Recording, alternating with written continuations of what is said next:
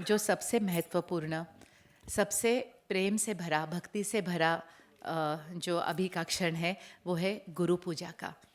और उसके लिए मैं हमारे प्रिय आदरणीय स्वामी जी को यहाँ पे स्टेज पे स्थान ग्रहण करने के लिए आमंत्रित करना चाहूँगी।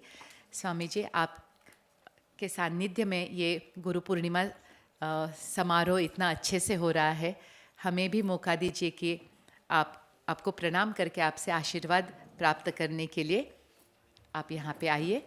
तो इसका स्वरूप ये होगा कि स्वामी जी जैसे स्थान ग्रहण करते हैं, आज वो गुरु तत्व के रिप्रेजेंटेशन है। आज हम उनकी पूजा करेंगे, यानी सभी गुरुजनों की पूजा करेंगे। इसके लिए मैं श्री माधव जी और चित्रांग जी को यहाँ पे बुलाती हूँ।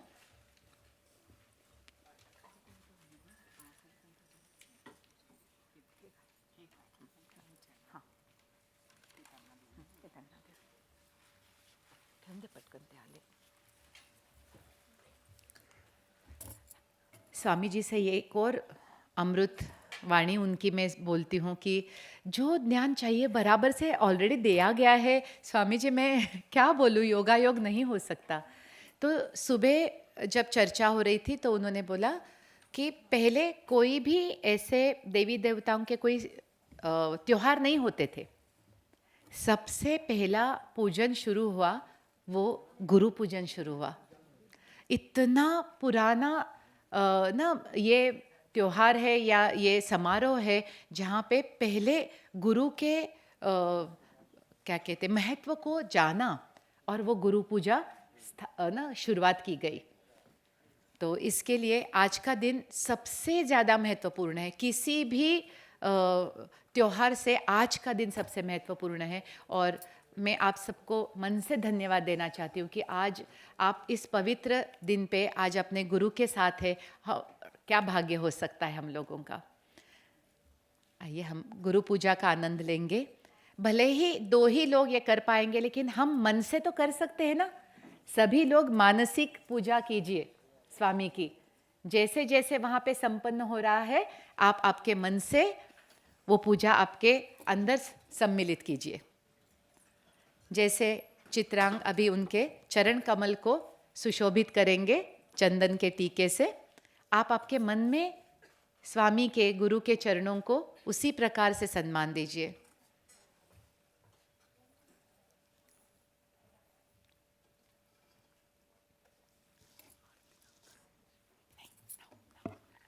इस स्पेशल ओकेजन के लिए हम गुरु आरती भी करेंगे। जब ये पूजन हो रहा है, इस आरती के साथ हम मानसिक पूजा करेंगे।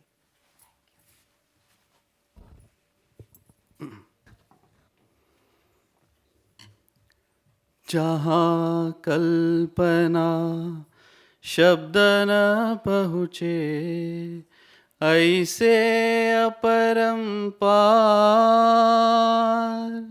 नेति नेति वेद पुकारे, महिमा तोरी अपार। दिव्य सनातन परम दया घन, दिव्य सनातन परम दया घन, हे जगदोद्धारो श्री गुरु मेरी आरती स्वीकारो। सद्गुरु मेरी आरती स्वीकारो। धूप दीप चंदन चरु छाना, भोग लगाना फूल चढ़ाना, तुम राही तुमको लौटाना। काहे बढ़ाई करो श्री गुरु मेरी आरती स्वीकारो। सद्गुरु मेरी आरती स्वीकारो। सकल निधि के तुम कारण हो, सकल विश्व तारण हारे हो। तुम सम और नहीं तुम ही हो, हे सत अवतारो। श्री गुरु मेरी आरती स्वीकारो। सद्गुरु मेरी आरती स्वीकारो। सकल चराचर तुमरी माया, माया भी तो तुमरी छाया। तुमरा अंत न कोई न पाया, तुम ही अनंत खरो। श्री गुरु मेरी आरती स्वीकारो। सद्गुरु मेरी आरती स्वीकारो। अपने को जब जो नहीं जाने, महिमा तुम्हारी क्या पहचाने। जो कुछ भी कह दे अनजाने, गुण गाते तुमरो। श्री गुरु मेरी आरती स्वीकारो। सद्गुरु मेरी आरती स्वीकारो। सीमा नाही तुम्हारी कृपा को, क्या कोई दे सकता प्रभु तुमको। भीख तुम्ही दो प्रेमी जनों को, नित्य तुम्हें सुमरो। सद्गुरु मेरी आरती स्वीकारो। सद्गुरु मेरी आरती स्वीकारो। सद्गुरु मेरी आरती स्वीकारो।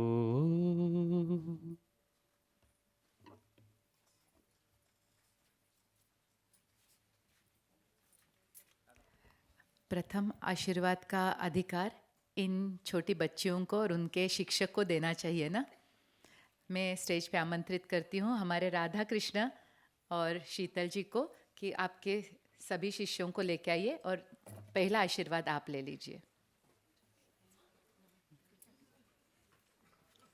आपने स्वामी को बहुत आनंद दिया है और ये हमारी संस्कृति है। ये सारे डांस फॉर्म प्रिजर्व होने चाहिए, हमारे बच्चों को ये सीखना चाहिए। तो आज से हम ये प्रण करेंगे कि एक तो चीज़ हमारी संस्कृति की हमारे बच्चों तक पहुंचनी चाहिए।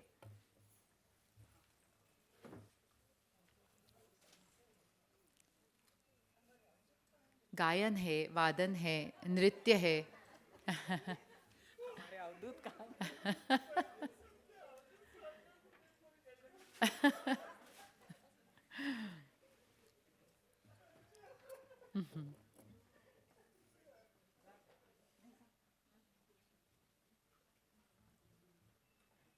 जैसे एक शिक्षक को अपने स्टूडेंट के परफॉर्मेंस अगर अच्छा होता है तो अभिमान होता है ना, वैसे ही गुरुजनों को भी अगर हम कुछ करते हैं अच्छा तो हम पे भी उनको अभिमान होता है।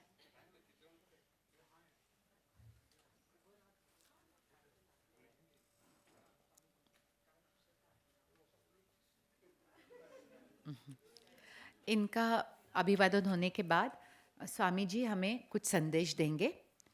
वो संदेश पूर्ण होने के बाद फिर बाकी सभी लोगों को हम उनका प्रणाम करके आशीर्वाद देने के लिए यहाँ पे आमंत्रित करेंगे।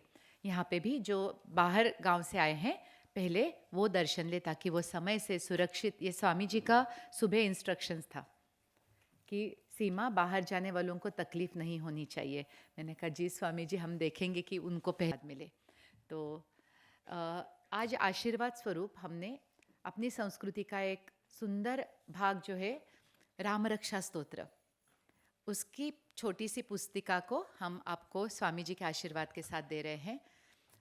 दिन में एक बार राम रक्षा स्तोत्र का उच्चार ज़रूर करें। ये बहुत सिद्ध स्तोत्र है और बहुत अच्छे परिणाम इसके आपको प्राप्त होंगे। तो जैसे आप बोलना शुरू करोगे आपके बच्चों के कान पे डाल पड़ेगा, वो अपने आप से सीख जाएंगे। लेकिन शुद्ध उच्चार के लिए पुस्तिका का प्रयोग ज़रूर करें क्योंकि श्रवण से हमें इतना स्पष्टता नहीं होती है।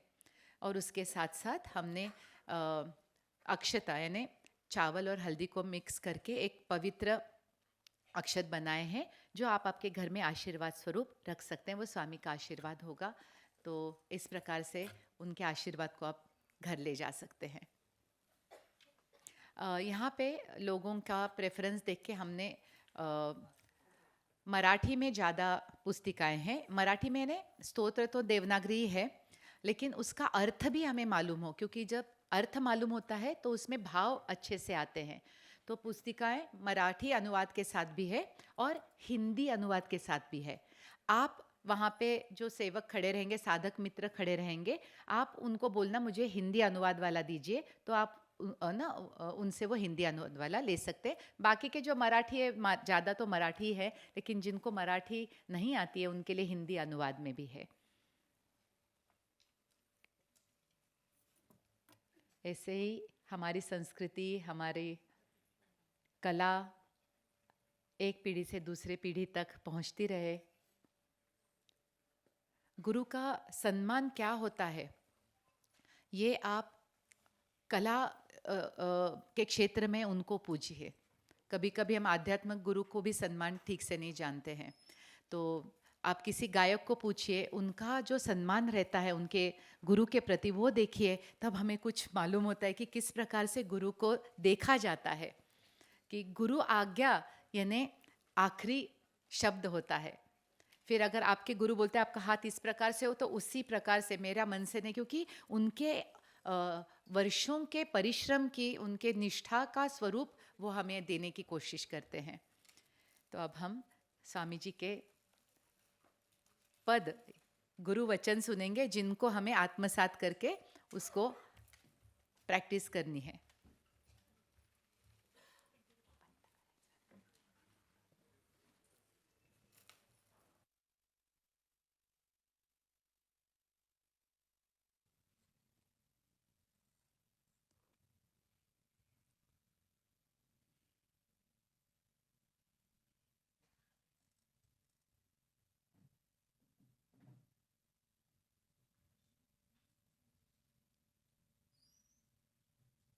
क्या है?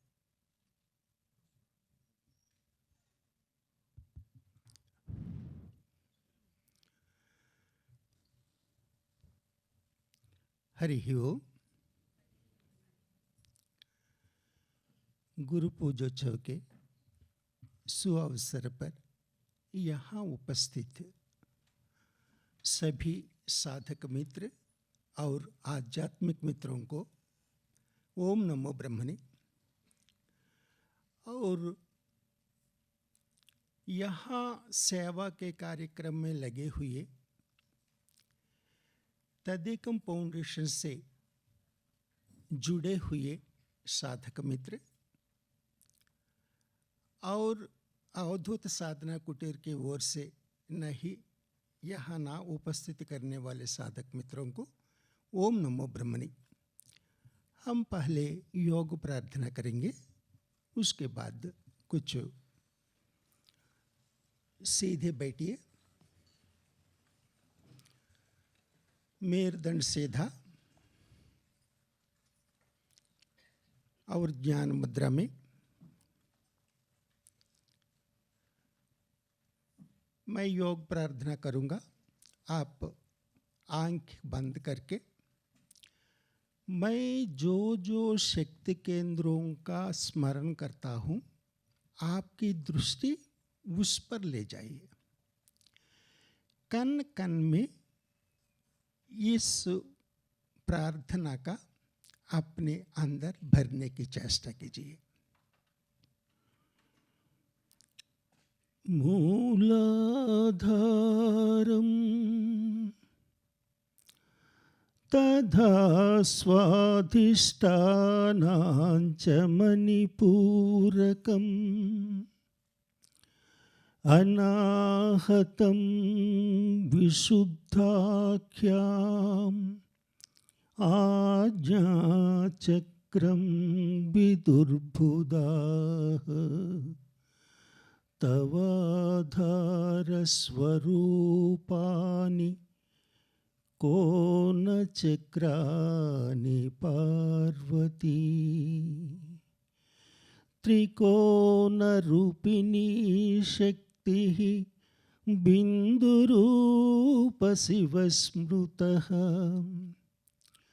अभिनाभाव संबंधः तस्माद् बिंदु त्रिकोणयोः।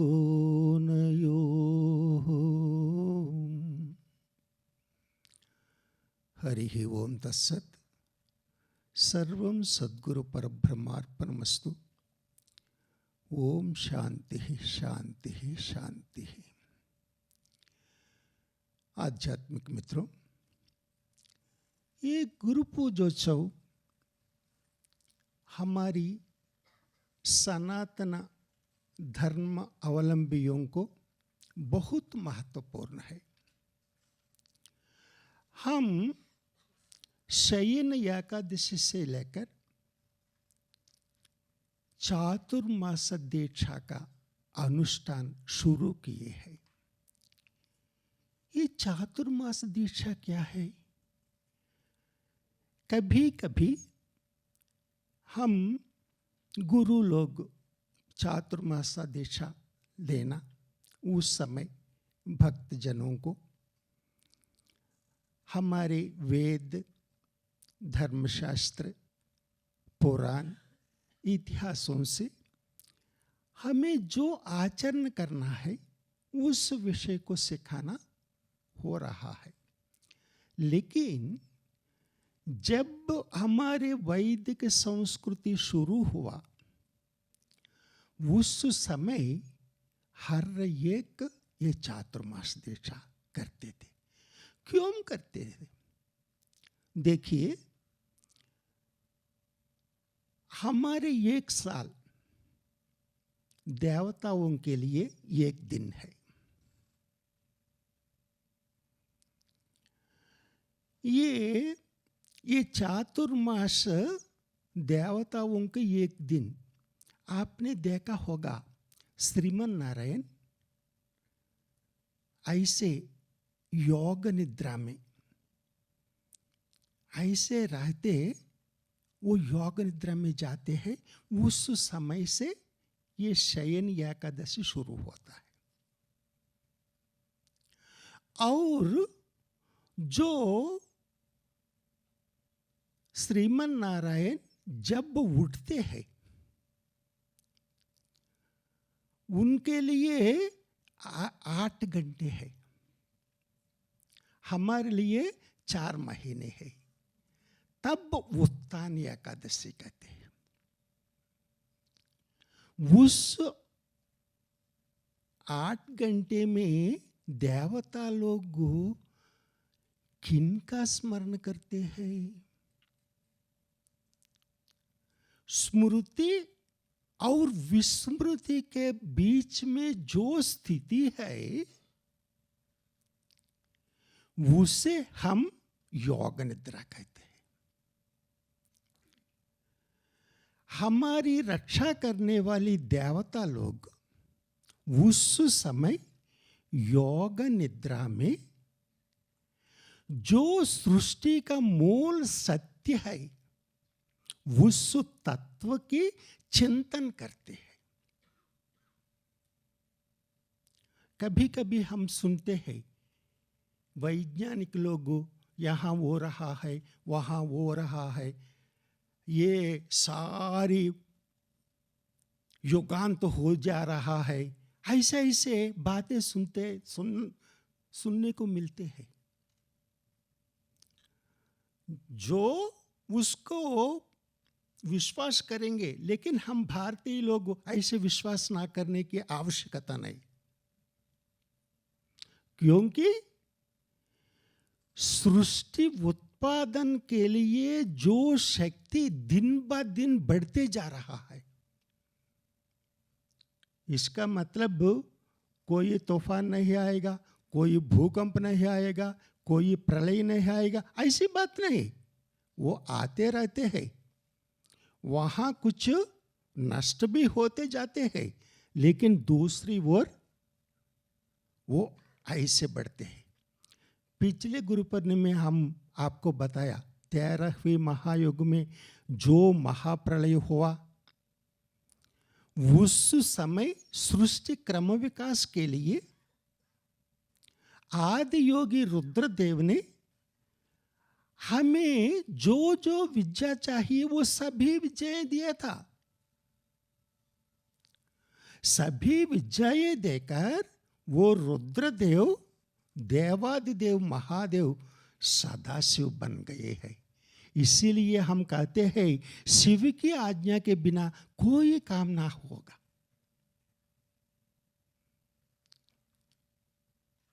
उस तत्व को ये देवता लोग चिंतन करते हैं। कैसे रक्षा करना है इस भूमंडल को। ऐसे इसीलिए ये चातुर्मास के समय हम भी कुछ उसकी ओर जाना चाहिए। हमारे एक दिन में 24 घंटे होते हैं, उसमें 3 भागों में हम बांटते हैं। 8 घंटे हमारी गृहस्थ जीवन में लोग अपनी जीविका चलाने के लिए, अपने परिवार की पोषण करने के लिए, समाज की सेवा करने के लिए 8 घंटे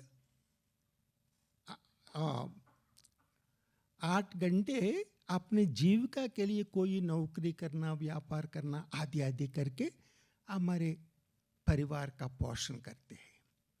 8 घंटे अपने परिवार की जो भविष्य की बच्चों की पढ़ाई हो, घर में कुछ कार्य हो और समाज की सेवा हो, उनके लिए 8 घंटे उसके लिए देते हैं।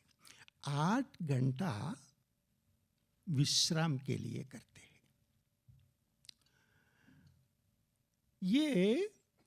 ये समय यहाँ शून्य मास भी कहते हैं। इसका मतलब है लौकिक कार्यों को बंद करो। अपने परिवार के बारे में, कोई शादी हो या घर का काम हो, कोई भी हो, आज उसका अलग रखो। उस समय को आपने स्वाध्याय के लिए, ध्यान साधना के लिए, अपनी स्वास्थ्य को बढ़ाने के लिए और धर्म प्रचार के लिए इस 8 घंटे का सदुपयोग करना चाहिए। इसीलिए ये चातुर्मास दिवस उस समय हर गृहस्थ भी करते थे,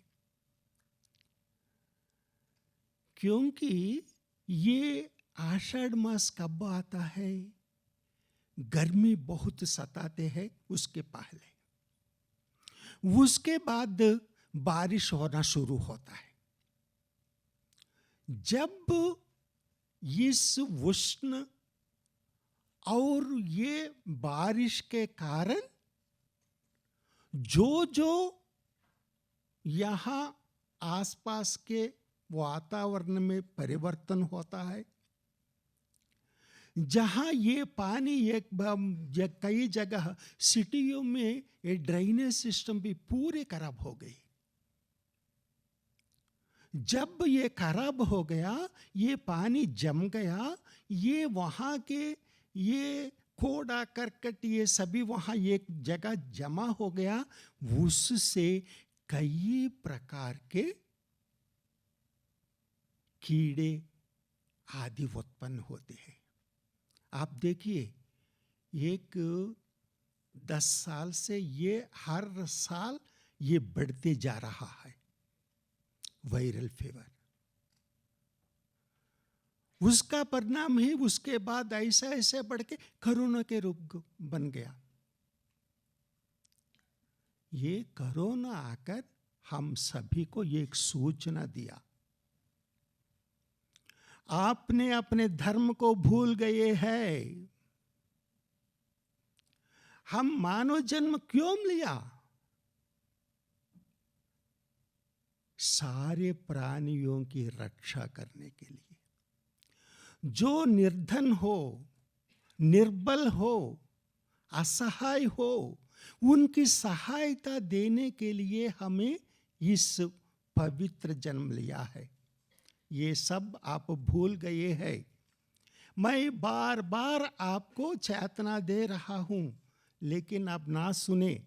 इसलिए हमारे एक रूप लेकर आपके सामने हो तो हम भी आप माया में पड़ जाएंगे। इसलिए वो एक रूप न लेकर हम सभी को बहुत चेतावनी दी। वहां जो उस समय जो जन नष्ट हुआ डर के कारण, ऐसी ये साफ सफाई हमारे जीवन में पतंजलि महर्षि ने जब 6000 साल के पहले योग का परिचय दिया था, उसके पहले से भी सनातन धर्म के हम सबको पता है कैसे जीवन जीना है। उसको सनातन ऋषियों ये सभी पिछले गुरु पूर्णिमा के समय ये सब कुछ बताए हैं। अब ये जानने की जरूरत नहीं। मैं इसी कहता हूं, कुछ लोग जो हाथ पैर साफ ना करके अंदर आते हैं, जो ये सूर्योपासना, ये सुबह नहाने के बाद सूर्य को एक नमस्कार करके, थोड़ा तुलसी को थोड़ा पानी ना डाल के, ऐसा काम जो करता है उनको डरना है। हमारे जीवन विधा ही हमारे सनातन ऋषियों ने यम नियमों से निश्चित करवाया। इसलिए हमें डरने की जरूरत नहीं। लेकिन देखिए, हमारे भारत पर हिमालय के गुप्त गुफा में रहे हुए महात्माओं ने अपने सारी तपो शक्ति को हमें बांट रहे हैं। देखो, दुनिया में जो अग्रराज्य के रूप में हम मानते हैं,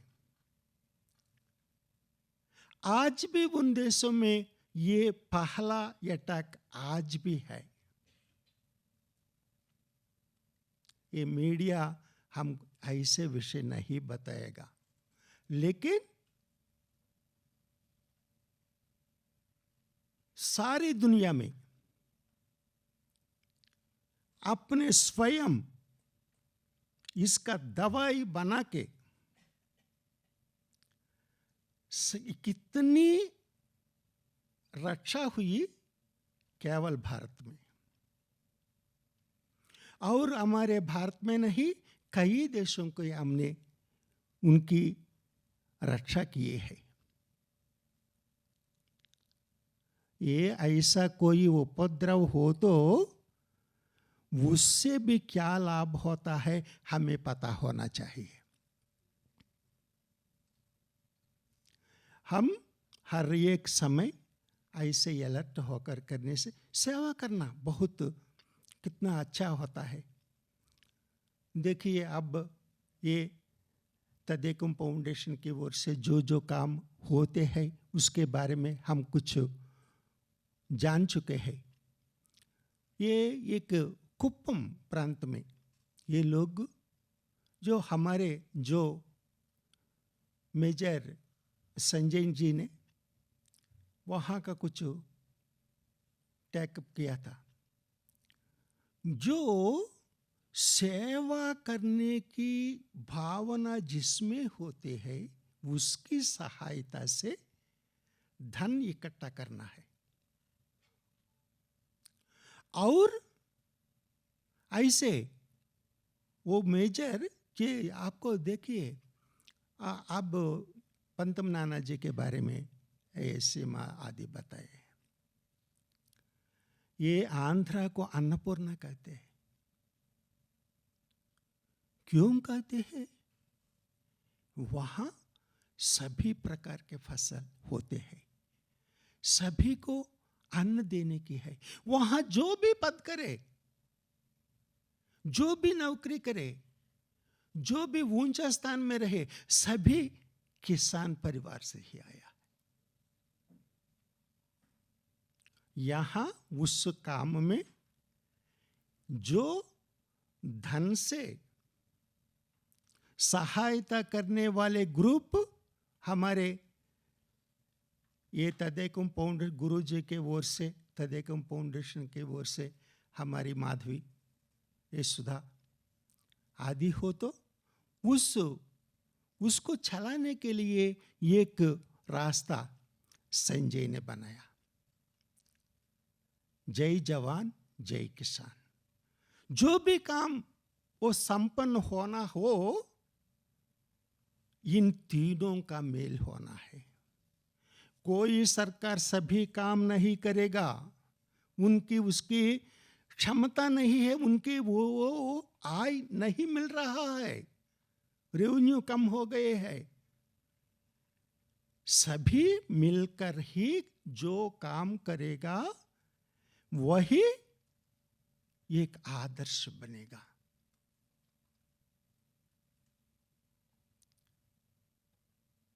कोई हर एक इसमें जुड़ना चाहिए।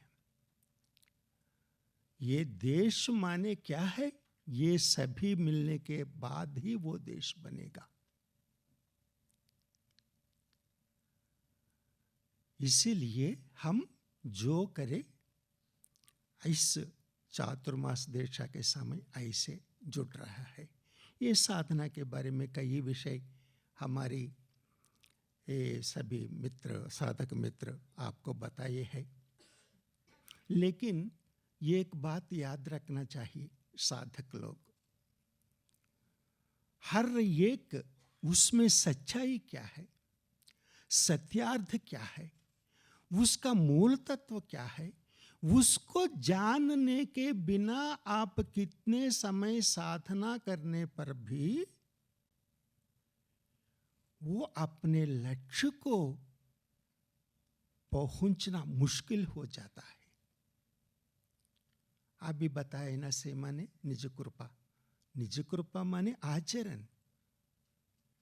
महात्माओं ने हमको बहुत कुछ दिया था। ये सनातन ऋषियों में ध्यान में दर्शाए हुए मंत्र राशि ही वेद है। हमारे भारतीय अपने लिए ये नहीं रखा। हमारे महर्षियों ने सारे भूमंडल को इस ज्ञान को बांटा है। ऐसे बांटने के कारण ही आज हमारे भारत इसने ऊंचे पर है। 27वीं महायुग में महाभारत युद्ध हुआ। उस समय जितना नरसंहार हुआ, कोई किसान ही नहीं बचा है। फसल का काम करने की कोई व्यक्ति नहीं मिला है। केवल वहां मिला कुछ ही लोग हैं। उसके बाद युधिष्ठिर ने कितना रोया, हमारे लिए ये ऐसा इतना भयंकर उत्पात हुआ। लेकिन भीष्म ने ऐसा नहीं, ये कुछ जो बचा है उत्तरा से गर्भ से, उस परीक्षित को राजा बनने के बाद ही आप वनों को जाना है, ऐसा आदेश दिया। उस समय यहां कोई नहीं बचा है। उस समय से ही शुरू हुआ ये पाप पुण्य स्वर्ग नरक आदि आदि। उसके पहले सभी ब्रह्म भावना से रहते थे। जो सत्ययुग है, जो सत्य युग में प्राण अस्थियों में होते हैं, उस समय हर एक पेड़ से गिरे हुए फल या पत्र खाकर जीवन बिताकर तपोध्यान में लगते हैं और वो शक्ति सभी को बांटते हैं। त्रेता युग में अस्थियों में, ये खंडरों में, मांसपेशियों में वो शक्ति है। इसीलिए श्री राम ने एक दिन 14,000 दंडकारण्य के खरदूषण के सेना का संहार किया। वो मामूली योद्धा नहीं, वहां उनकी वध के लिए ही 14 साल राम वनगमन करना पड़ा। ये सिनेमाओं ने कुछ ये टीवियों में जो होते हैं उन कहानियां सुनकर हम और एक सोच रहे हैं। ये 24वें महायुग में हुआ है रामायण। उस समय आज का विधान नहीं है। हर एक महायुग का अपना एक धर्म होता है। उस धर्म को जानना है। अगर उन सभी लोग, वो भी अस्त्र विद्या जानने वाले हैं, राम को कितना सताया उन्होंने, उनके शरीर को बाणों की वर्षा से भर गए हैं। जब वो सर बाहर निकलता है, वो मजिल ऐसे होते हैं, वो गाय उसको हानि नहीं पहुंचते हैं। उसी समय का विधान वही है। ये त्रेता, ये द्वापर युग में रक्त में होते हैं प्राण, लेकिन रक्त में होने के कारण ही पूरे शरीर के रक्त पूरे बाहर ना जाने के बाद ही भीष्म का शरीर त्यागना पड़ा। लेकिन आज कलयुग है।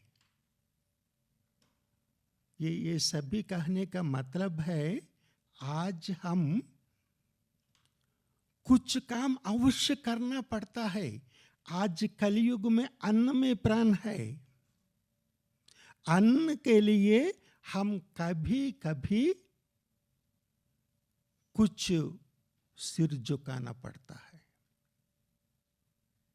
इसीलिए सारे देश आगे बढ़ाना हो तो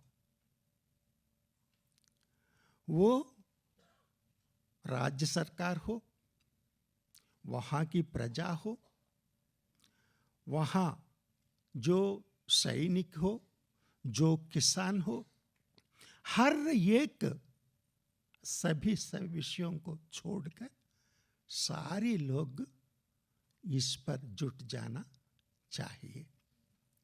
ऐसा काम हमारी ये तदेकम महाबाबा अवतार महाबाबा जी के सामने ये तदेकम फाउंडेशन की ओर से जो हो रहा है, ये सभी का हम आनंद का विषय है। और मैंने और एक विषय बताया, साधक के लिए जो गुरु कृपा, परमात्मा कृपा, निज कृपा के बारे में बताया। निज कृपा माने जो हम जानते हैं वो पूरी तरह आचरण करना है, नहीं तो हम हमारे लक्ष्य नहीं पहुंचेंगे। ऐसे आज और भी कोई कार्यक्रम है?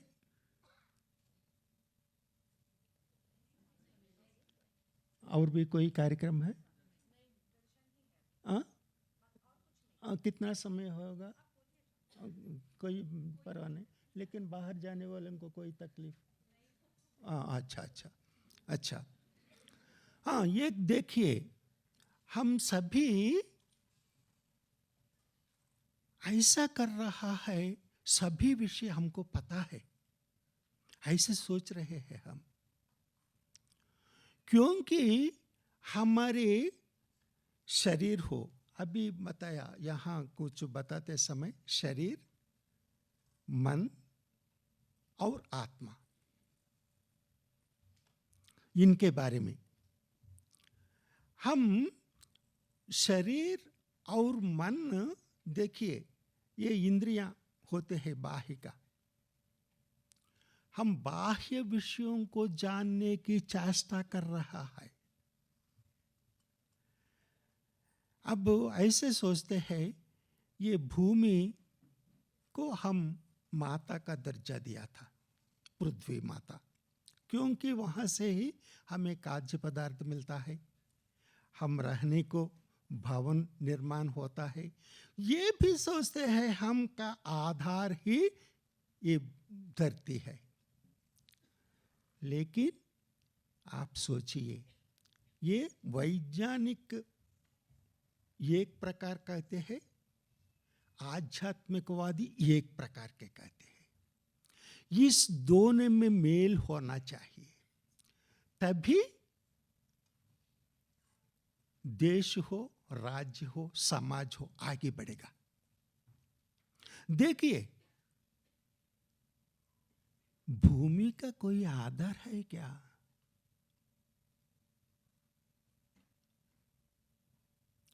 एक छोटा प्रयोग करेंगे हम अंतर यात्रा सीख लिया,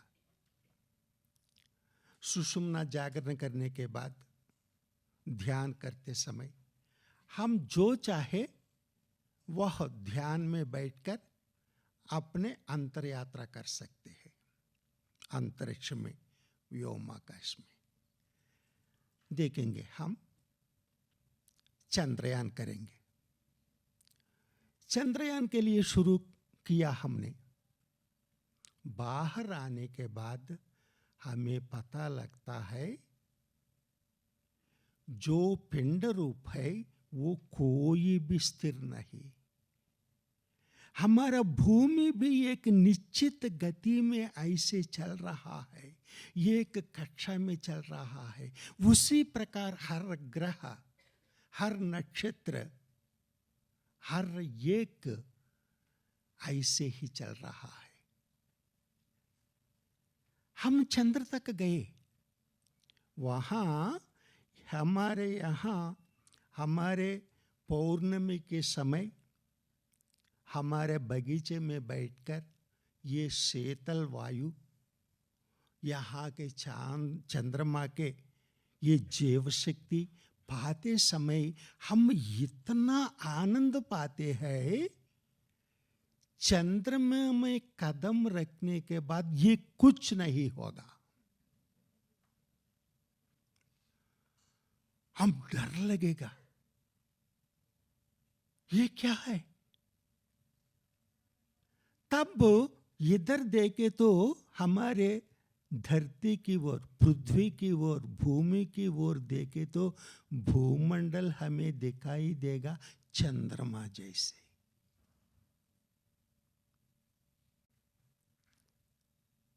उसी प्रकार उस सभी तत्व हमारे अंदर होने के कारण ही एक गति शक्ति से चलाने वाले इस पृथ्वी में हम खड़े रह गए, यहां हर काम कर रहे हैं।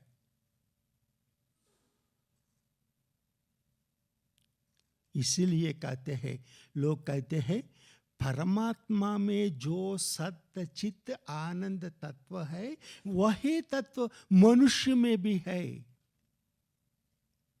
इसीलिए हम ये सब कुछ, ये मानिए सृष्टि में मानव से उन्नत प्राणी और कोई नहीं है। इसका मतलब क्या है? इसमें क्या शक्ति है हमारे अंदर? मस्तिष्क।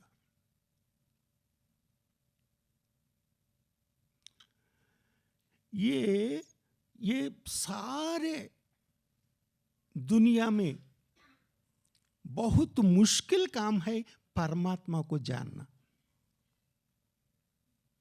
क्योंकि हमारे इंद्रियां हो, मन हो, बुद्धि हो, चित्त हो, अहंकार हो, बाह्य विषयों पर आसक्त है। वो उसकी ओर जाता है। ये सभी को, जो ये सृष्टि को किसने बनाया, उसकी ओर हम नहीं जा सकेंगे, क्योंकि ये हमारे अंदर के जो शक्तियां हैं बाहर की ओर जा रहा है। उस जानने के लिए शंकराचार्य जी ने कहा है, ब्रह्म सत्यम जगत मिथ्या। हमको आश्चर्य होता है, हमारे बच्चे लोग मैकाले विद्याविधान में पढ़कर देश विदेशों में नौकरी करके वो लोग करते हैं, ये कौन सा ऐसा करते हैं क्या? ये बंधन टूट गया। उसका सभी विषय हमको, आपने, हमारे बच्चे ने देश विदेशों में जाकर कितना सेवा कर रहा है। हमारे शक्ति किस देश में, हर एक देश में भी हमें जाकर हमारे बच्चों के जीवन विधान देकर वो लोग भी हमारे भारत को इज्जत दे रहा है। लेकिन ये विषय ये मीडिया नहीं बताएगा।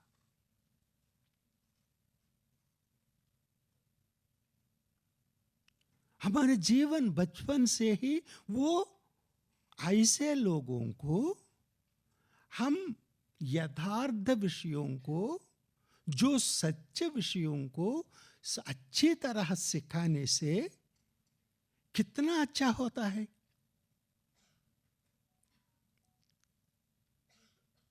वो लोग समझते हैं ये ऐसा क्यों कर रहा है, जगत मिथ्या कैसा हो जाएगा।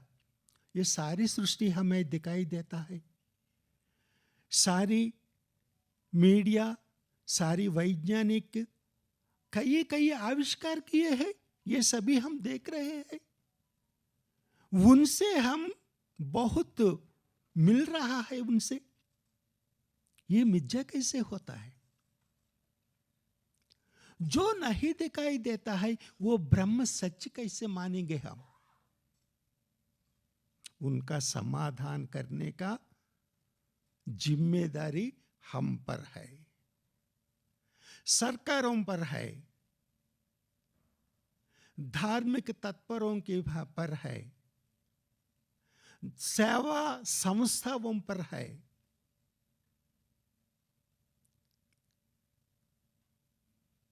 वो सारी ये मानव पिंड और विश्व ब्रह्मांड एक ही तत्वों से बना है। इसीलिए वो भूमि में जो तत्व है वही तत्व हमारे अंदर भी है।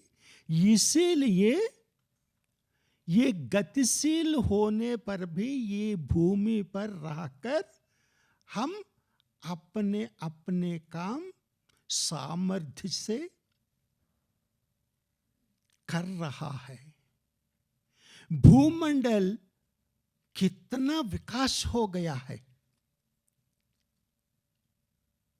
लेकिन ये गलत फहमी किसने हमारे अंदर डाल दिया, सभी को पता है, लेकिन वो बाहर नहीं बताने के लिए कुछ कोई भी होता है, उसके बारे में हम जरूरत, वो काम हमारा नहीं, जो करना है वो करना है। हर एक का काम करने का तरीका और एक है। हम जो है जहाँ तक हो सके जो सच्चाई को हमारी युवता को देखना है। इसीलिए सत्यार्थ रामायण 5 साल हमने उस पर रिसर्च करके उसको लोकार्पण करने की चेष्टा कर रहा है। हम क्योंकि कोई विषय हमारे एक धीरोदात्त पुरुष, एक सौशील स्त्री मूर्ति, उसकी जीवन विधान से ही हम सच्चाई को उसमें जोड़ करके बताने से सभी को हमारे सनातन धर्म के बारे में पूरी जानकारी मिलता है। उससे हमारी भारत और भी उज्जवल बनेगा। हमारे हर एक विषय पर 3 विषय को याद रखना चाहिए हर एक समय। सनातन धर्म, उसके सभी को पहुंचने की चेष्टा करना है। वैदिक संस्कृति, वो भी सभी को देना है। और देशभक्ति, ये बहुत आवश्यक है। इसीलिए हम एक बार इन तीनों को एक बार कहेंगे। सनातन संस्कृति, सनातन संस्कृति, सनातन धर्म, सनातन धर्म, वैदिक संस्कृति, वैदिक जीवन विधान। भारत माता की, भारत माता की, भारत माता की। ये हम कौन है, ये याद रखना चाहिए। समाज में कई प्रकार के लोग रहते हैं, उसको ठीक करने का काम हमारा नहीं। वो जो करना है वो करेंगे, लेकिन हम जहां तक हो सके, हर प्राणी को जहां तक हो सके कुछ सेवा करें। हम जो ज्ञान प्राप्त किए, वो ज्ञान जो मांगते हैं उनको दे। ऐसा करने से सब कुछ हो जाएगा। ये बहुत देर हो गया, इसलिए मैं अब ये विश्राम दे रहा हूँ, और कुछ काम हो तो पूरा कर सकते हैं।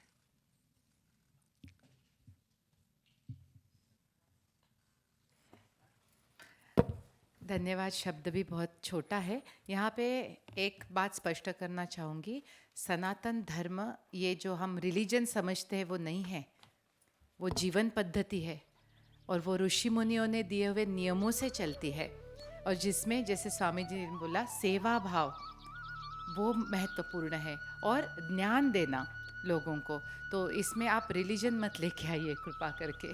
तो ये जीवन विधान है, लेकिन अगर पवित्र नियमों का आप पालन करने तो आप सनातनी हैं। मैं रिक्वेस्ट करूँगी कि इस प्रकार से एक रो में से आप इस साइड से आइए, स्वामी जी को प्रणाम करके आप राम रक्षा स्तोत्र यहाँ से इस साइड से, ओके, वो आप गाइड कीजिए।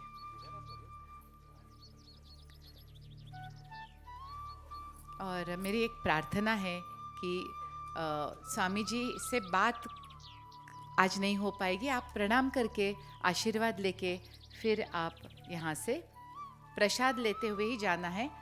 आज किसी का प्रसाद नहीं छूटना चाहिए। और थोड़ी दूरी से आप प्रणाम करें पहले। हाँ, पहले इन लोगों को प्रणाम करने देते। आइए, एक मिनट, वो लोग आ जाएंगे तो। आइए नाना जी।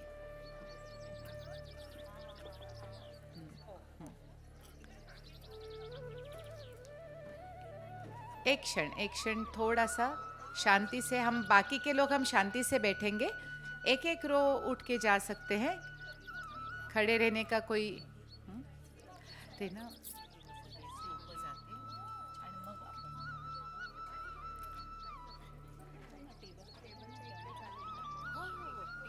हो तो ट्रे ठेवलाय बघ। जो भी दक्षिणा आप देना चाहें वो स्वामी जी के साथ में ट्रे रखा है, आप वहाँ पे रख सकते हैं।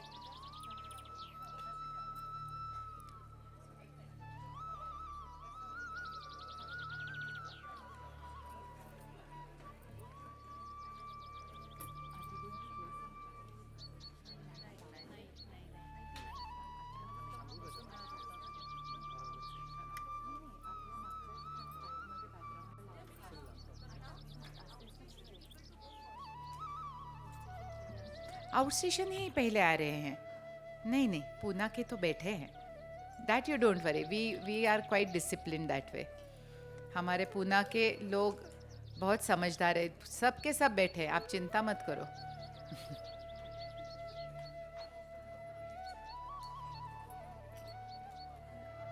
और राम रक्षा स्तोत्र जरूर घर घर में हो।